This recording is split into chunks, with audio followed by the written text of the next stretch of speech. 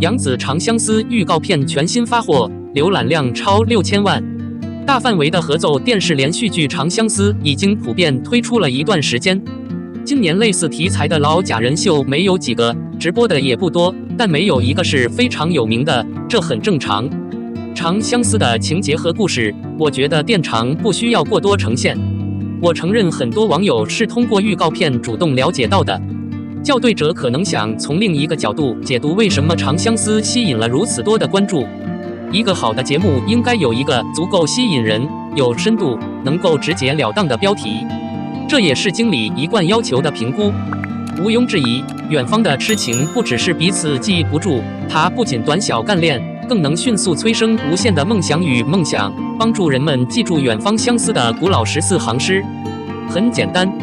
自古以来就有无数古老的14行诗表达对长相思的热爱。李白曾作过3首长情14行诗，南唐太守李煜也曾在窗前观过1首长情长情14行诗，白居易还为长相思谱写了4首14行诗。不过，校对者认为更富想象力的出处是清传纳兰性德和唐朝白居易的14行诗之一。纳兰性德的《长相思》，一趟山，一趟水，漫步到玉关岸边，夜半灯火1000。风变了，雪变了，老街坊的幻想破灭了，老街坊再也没有那么踏实了。白居易的痴情，变水流，似水流，流到瓜洲老船，巫山有些凄凉。思念久远，彼事久远，恨意不止，归来晚霞人歇楼。白居易的长情写的是痴情女子对心上人的思念，而纳兰性德的长情则写的是对祖国的思念之情。长情的2首14行诗洋溢着温情，承载着忧伤的心，更是将2种思念之情表达得淋漓尽致。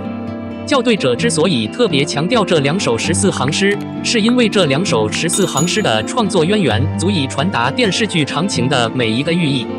电视剧长情有传承，有不动，有情谊。像这样的节目引人入胜是合理的。艺人杨紫的出现，更像是一个大户人家的女人，端庄、富贵、精致。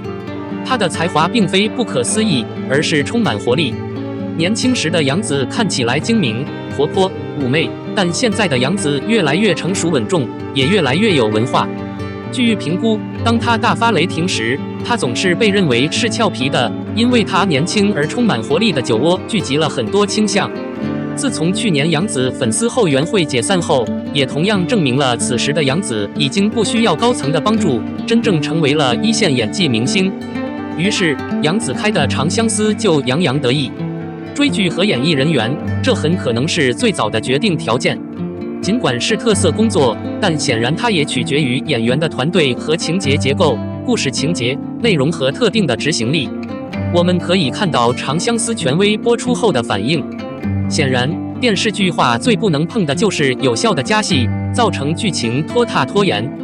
那么，你觉得杨紫出演的长情能在今年的人偶秀市场上大放异彩吗？参试敌手，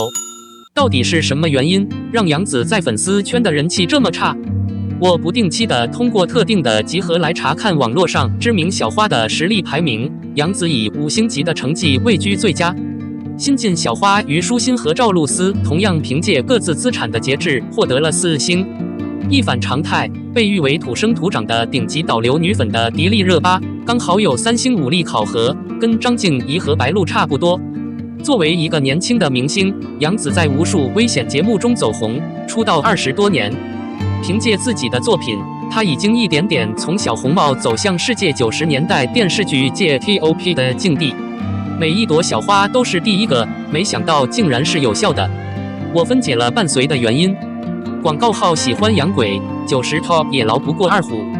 杨紫虽然11岁就因出演家庭情景喜剧《家有儿女》一炮走红，但因为功课、未成年等原因，并没有继续演下去。安排，考虑到所有因素，她一直保持平衡，一遍又一遍地开除。一个小明星的出现虽然扩大了他自己的知名度，但也限制了他的转机。从那以后，他很长一段时间都无法突破小雪的通道。总而言之，在那个时期，导向是灾害重涌。直到19岁的《长沙流浪记》，杨紫完美演绎了胡香香从阴险毒辣的小姐姐到细腻坚定的老公，才让观众意外地明白，童星小雪真的长大了，可以选择承担麻烦的工作。该剧播出时豆瓣评分高达9.4，成为2014年豆瓣评分最高的国产剧，也是杨紫迄今为止豆瓣评分最高的作品。然而，在那时左右，交通在整体气候中占了上风。尽管杨紫的作品已经声名狼藉，但她并没有改变自己没有录音的事实。她可以寻找自己的进步，并跟随整体气候。尽管她因为一张青云史册而受到重创，但她其实还有一席之地。从那时起，邱莹莹在2部向幸福致敬中的工作，让她的话题度越来越高。2018年和19年，凭借《香蜜沉沉烬如霜》和《亲爱的珍惜》变身90后。小花旦在电视剧领域的 TOP 之后，节目成功的礼物让她的流量起飞，撞到了迪丽热巴。迪丽热巴也在2017年左右开始扩大流量，尤其是在双子出世之后，90后的流量小花旦是简直就是杨紫热巴之间的 PK， 两者各有优缺点。杨紫在众多知名节目中都有着很大的优势，但在业务上的赚钱能力却有些脆弱。热巴拥有庞大的设计资产，但出道久了的电视剧名气却局限在粉丝圈内，电视剧的真人秀还不够为女士们撑起顶级意式浓缩咖啡的位置，让2位粉丝久等了。具体来说，展示账户正在激发中心的火焰。看热度的人经常把两者放在一起看，包括但不限于化妆品、衣着、性情、工作、支持、政府援助等完全相关。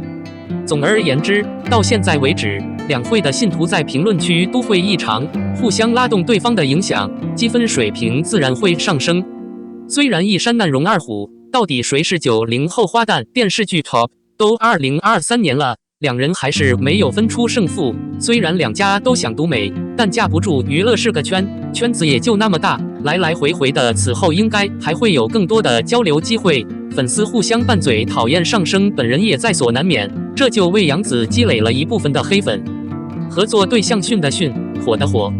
杨紫如今黑粉众多，与她的合作对象如今的状态也是密不可分的。毕竟但凡大流量合作，就没有不打架的，因为双方粉丝群体庞大，多的是一点急着的冲动粉。一部香蜜沉沉烬如霜火了某轮，剧没播完就开始了马不停蹄的屠龙灭花，本来就已经摩擦不断了，没想到这还没过几年，沦为法制咖，彻底凉凉。加上一部《青簪行》合作吴某凡，从官宣开始，片方就一心端水不做人，死活不明确演员番位，导致2方各执一词。剧还没播出，吴某凡一出事直接埋了。以前粉丝还顾及偶像，发言比较克制，偶像一凉，粉丝就像脱缰的野马，自然不管不顾。加上杨紫拍《余生请多指教》搭档单改《陈情令》爆火的肖战，更是直接得罪了博君一肖 CP 粉。作为第1部单改爆火的剧，这个粉群之庞大自然不必多说，更是让他本就不富裕的粉圈路人缘雪上加霜。个人状态不稳定，黑土满天飞。要不说杨紫和迪丽热巴真的是天选对家呢，一个剧里美貌值满分，灵气十足，即使是出演花神之女也没人质疑，一到剧外就各种黑土满天飞，被吐槽身材太胖气质太土，另一个现实生图艳光四射，每到红毯必定艳压群芳，可一到剧里就显出男香，脸部干瘪，状态疲惫，各种水土不服。杨紫本身的条件并不好，颜值身材在美女如云的娱乐圈更是排不上号，所以即使是前辈宋丹丹都直言劝她趁早转行，只是过来人有善意的考量，亲历者也有打不败的梦想，凭借自己不服输的一股冲劲，努力提升自己的演技，终于为自己杀出一条血路，但不稳定的颜值状态总是会引来黑粉的群嘲，咖位与时尚商务资源不匹配。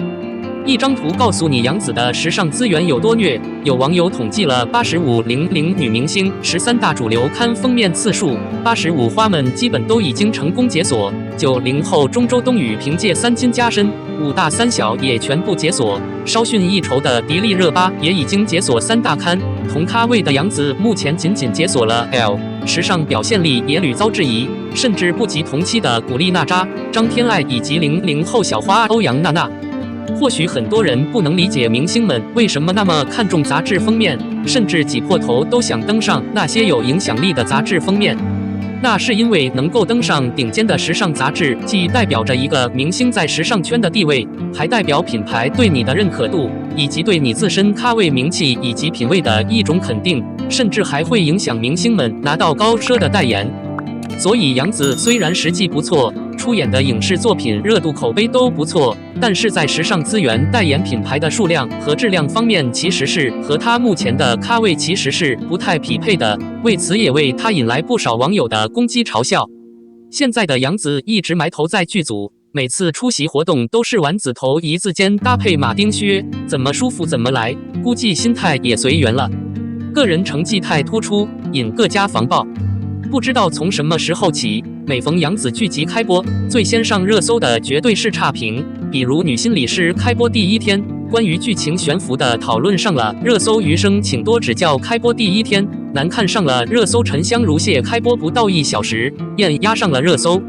剧集刚刚开播，黑热搜先行似乎成了杨紫作品的常态。但是，一部作品真的可以凭借第一天短短几集的呈现就能直接判定是佳作还是烂片吗？这样未免太过武断了。与其说是观众的真实感受，更容易让人觉得这是对杨紫作品的一种防爆手段。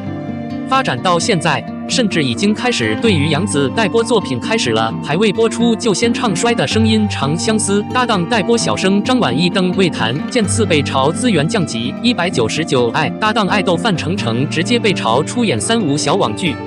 欲戴皇冠必承其重，杨紫凭借自己的坚持与努力，将自己一手烂牌打成了王炸。或许很多人不能理解，杨紫要身材没身材，要颜值没颜值，是如何从人才辈出的演艺圈杀出重围，登上顶峰，丝毫不逊于他人的。在非黑即白的粉圈里，随处可见各家粉丝对他的讥讽与嘲笑，还得了一个合作即仇人的评价，待遇委实算不上好。